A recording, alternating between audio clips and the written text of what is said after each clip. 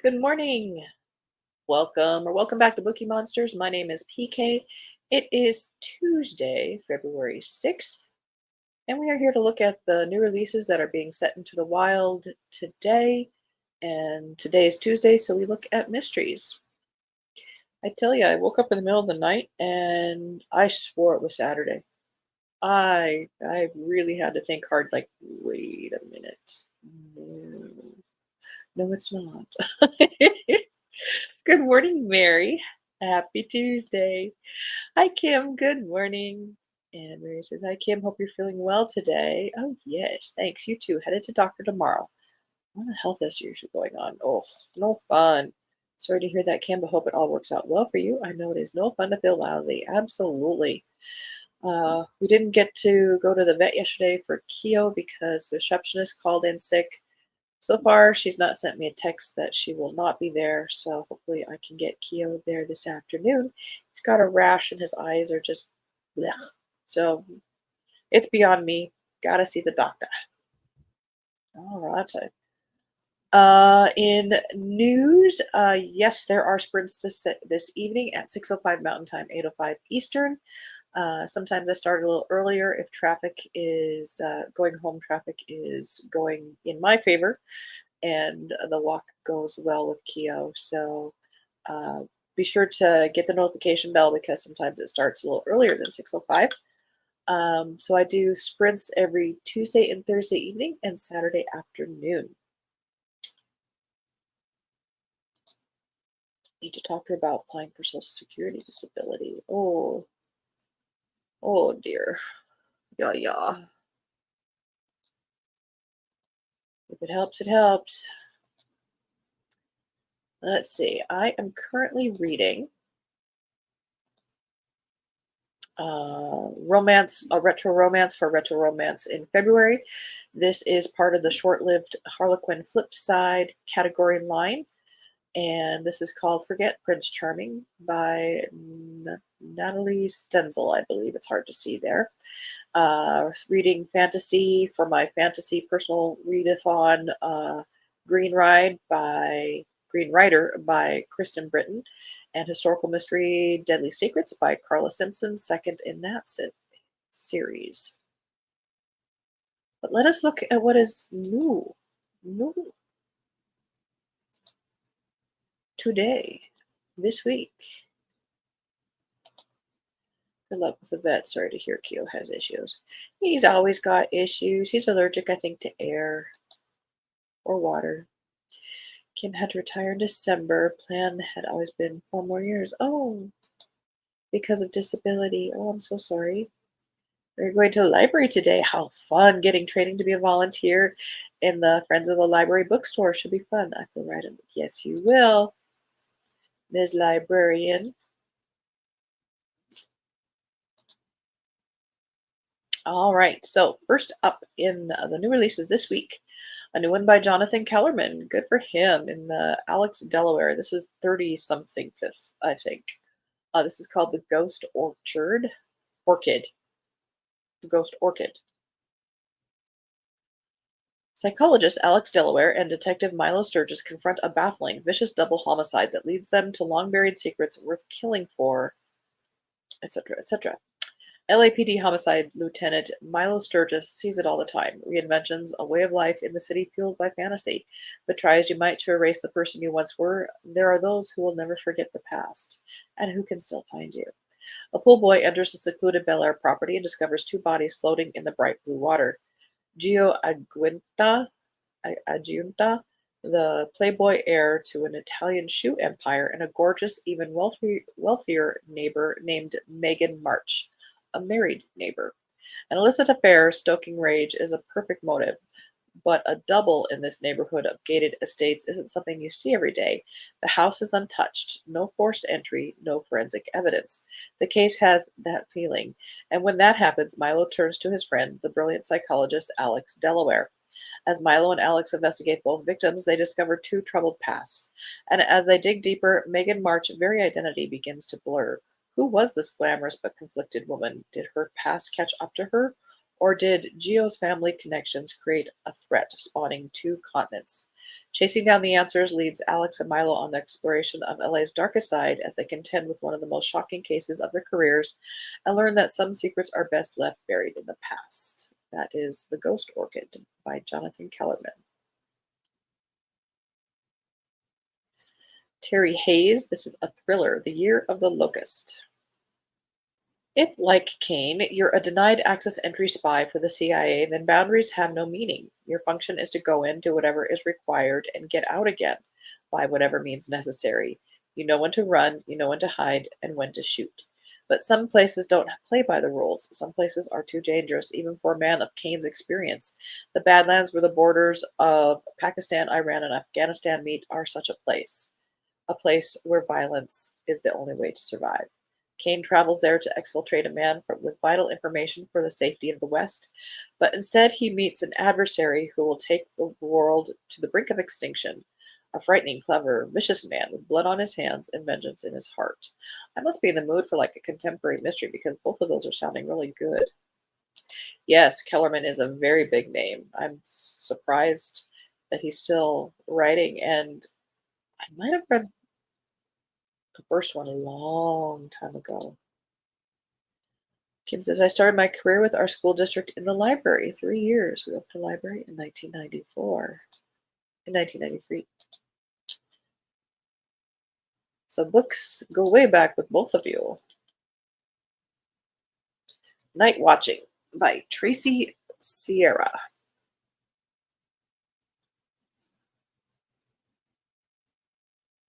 Sorry, coffee's required. Psychological suspense. Oh dear, slash horror. A mother is forced to the breaking point when her life and the lives of her children are threatened by an intruder.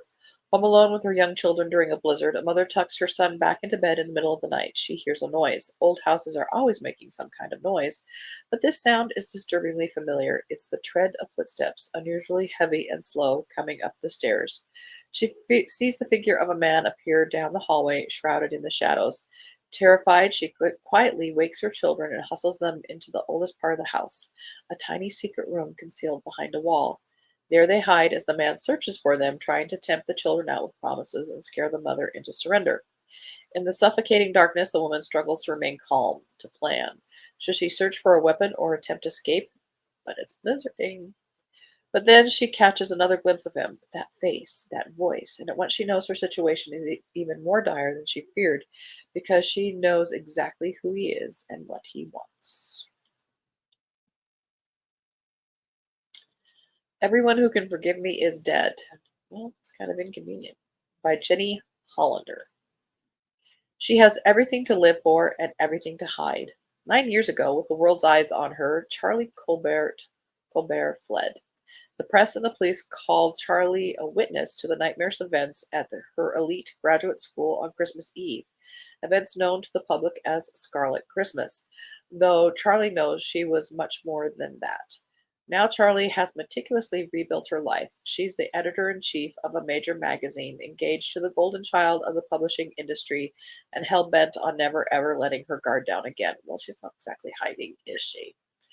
But when a buzzy film made by one of Charlie's former classmates threatens to shatter everything she's worked for, Charlie realizes how much she's changed in 9 years. Now she's not going to let anything, not even the people she once loved most, get in her way. Everyone Who Can Forgive Me Is Dead.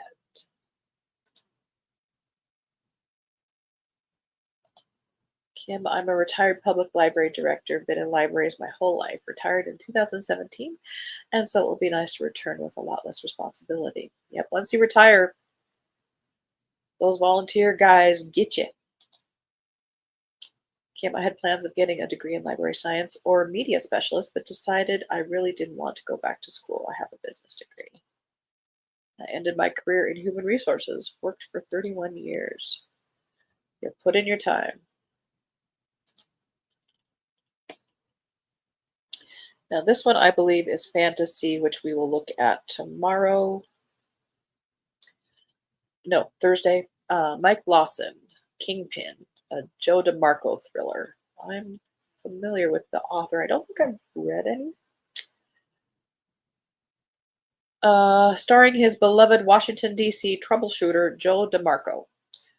Carson Newman doesn't think of himself as a gangster. He doesn't have a consigliere or operate out of the back room of a bar. No, Carson's a different sort of gangster, a billionaire Boston real estate developer who only breaks the law when necessary, and he doesn't usually get his hands dirty. Joe DeMarco, on the other hand, is paid to get his hands dirty. So when John Mahoney, the former Speaker of the House, calls, DeMarco knows it's time to get to work. Brian Lewis, an intern who worked for Mahoney, has been found dead, seemingly from a drug overdose.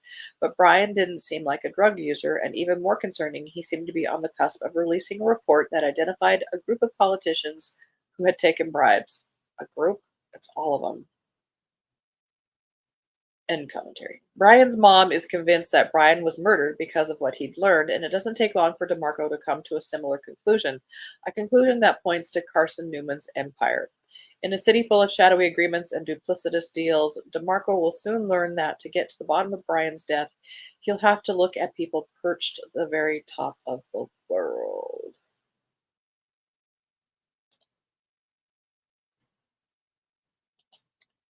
Kim said best part of working at the library was first dibs on new books. Gotta use that connection. Well, this is one that we didn't get to click on yesterday, so I'm glad it's here. The Antique Hunter's Guide to Murder by C.L. Miller.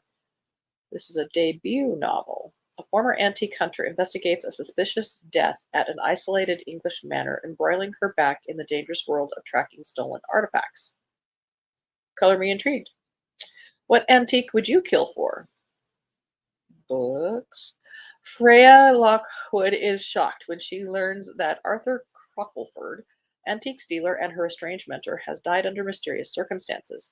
She has spent the last 20 years avoiding her quaint English hometown, but when she receives a letter from Arthur asking her to investigate, sent just days before his death, Freya has no choice but to return to a life she had sworn to leave behind. Joining forces with her eccentric Aunt Carol, Freya follows clues and her instincts to an old manor house for an advertised antiques enthusiasts weekend. But not all is as it seems. It's clear to Freya that the antiques are all just poor reproductions, and her fellow guests are secretive and menacing. What is going on at this estate, and how was Arthur involved? More importantly, can Freya and Carol discover the truth before the killer strikes again? I am very intrigued.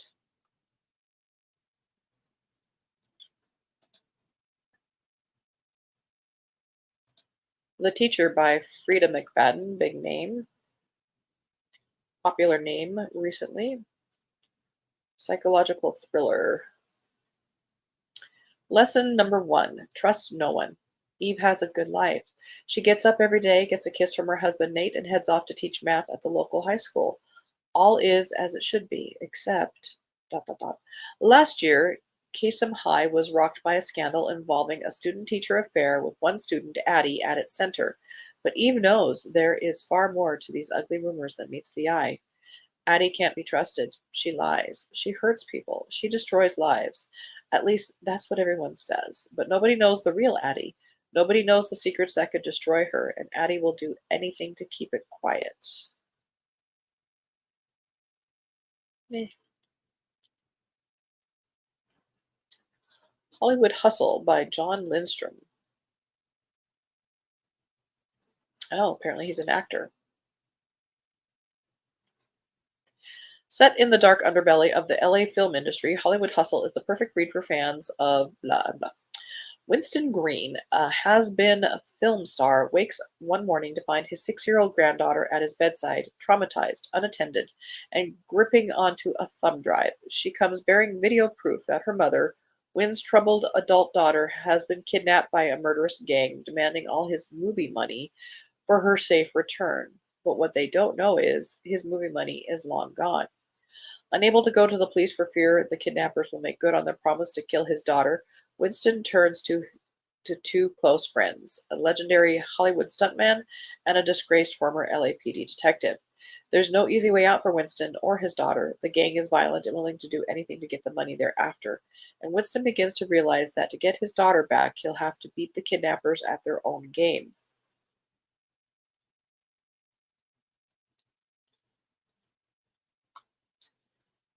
All right.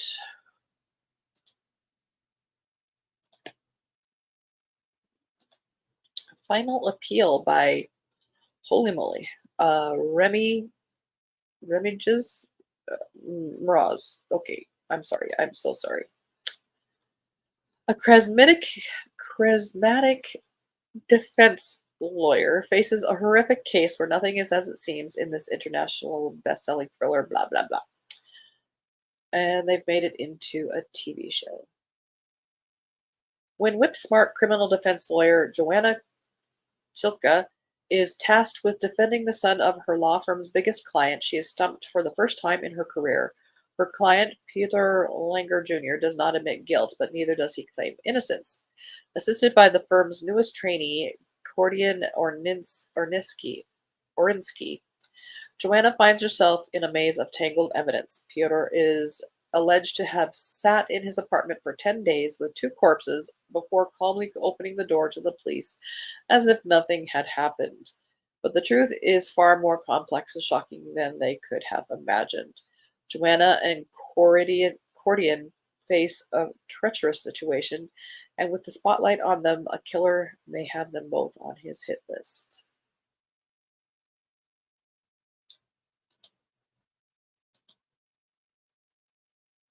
Heartbeat by Sharon Sela. Now that's a familiar name.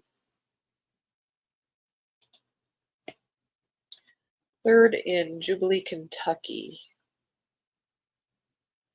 Sean Pope had already lost Emily Lincoln once. This time he will risk everything to never have to say goodbye to her again. That's more romance. Emily Lincoln moved to Jubilee, Kentucky to start fresh, build her business, and heal the scars of her past. Little did she know she'd run into Sean Pope, a beloved childhood friend she hasn't seen in decades. But on the day she moves to town, a helicopter explodes under suspicious circumstances. I would think any circumstances would be, wreaking havoc on the families of Pope Mountain. As the Jubilee PD dives into their investigation of the incident, Sean and Emily find comfort and a budding romance with each other. Life in Jubilee becomes exactly what Emily hoped for, but as the investigators uncover the truth and the crooks behind the attack set Emily in their sights, Sean must face the danger or risk losing Emily forever.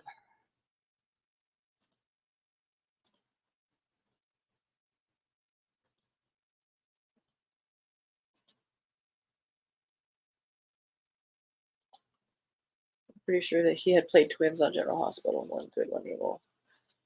You know, there's never two good ones or two bad ones. One each. Okay, in the last minutes we've got, we're going to kind of scan here.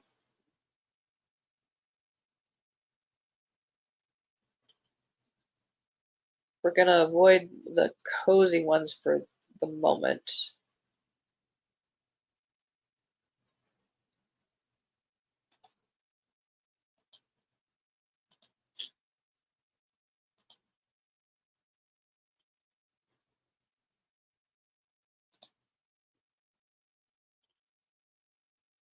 Here's one.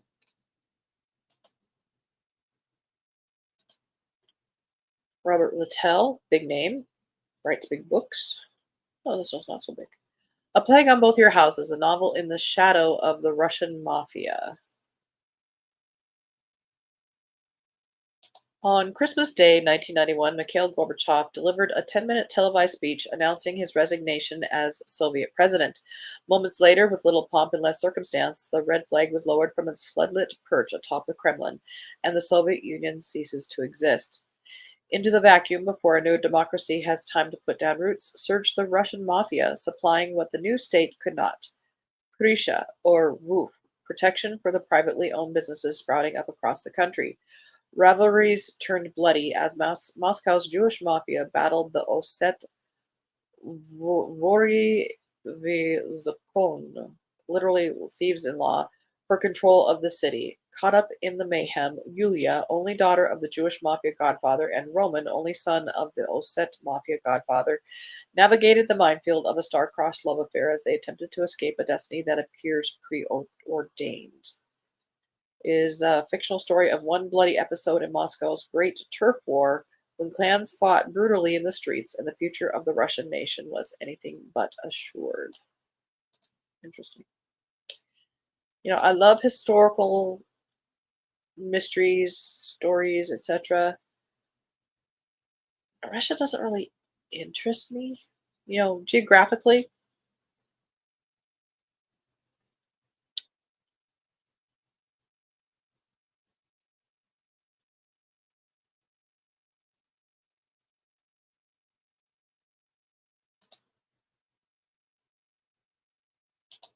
Another big name hotel. Yeah. Uh,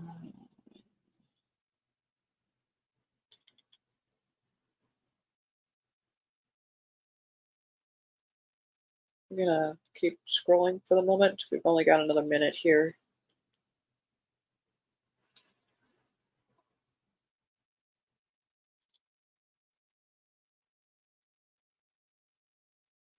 Some of these we can look at on Friday. Yeah, we'll look at some of these on Friday, see if they are.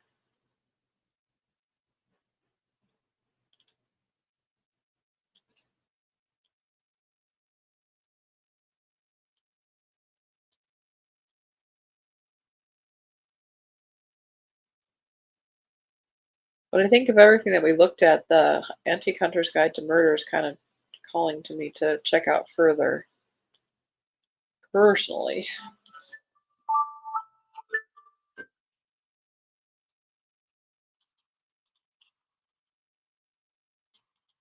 Okay.